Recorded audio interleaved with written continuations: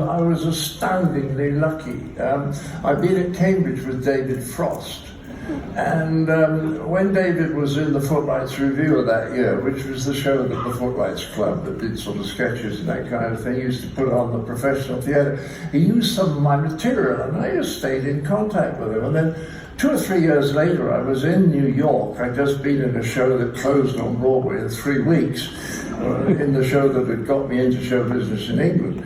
And I was wondering what to do, and I really didn't know. I had to go trying to be an international journalist with Newsweek, but that didn't last long. And suddenly David rang me up out of the blue, and he said, hello, he said, would you like to be in a show with me next year? And I said, well, what? He said, well, I'm doing a show at the BBC with 2 people you won't have heard of, called Ronnie Barker and Ronnie Corbett. Would you like to be in it? And I thought, is he talking to me? Because I was completely unknown. David was there in person. And I said, yes, please. And he said, super.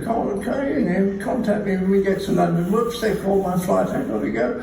And I was sitting there thinking, what was that? Did that happen?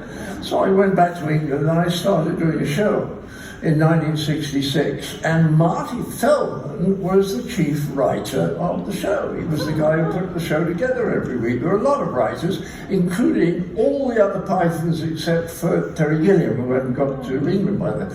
So we all knew each other, you see. And then David said that he wanted to give me my own show, and he said, who do you want to be in it? And I said, well, Graham Chapman and Marty Feldman. And David said, but he's only a writer. I said, trust me, he's going to be a good performer. So I discovered Marty Feldman.